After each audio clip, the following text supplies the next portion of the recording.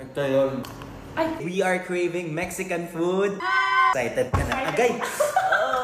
Tagal na kami din nagkikita, isang buwan na. Kulang pas. Lagpas 1 month na. Miss meeting. Kain na tayo. Taco. Cheers! Parang sarap. After ito, dami ng bukol. Quesadilla. Quesadilla. Cheese na lang. Wow. Cheers. Cheers. Not bad.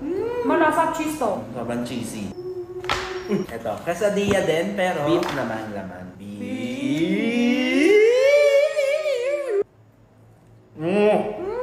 Ito yun. Ito. Ay, yung kanina, okay lang. Mabait lang kami.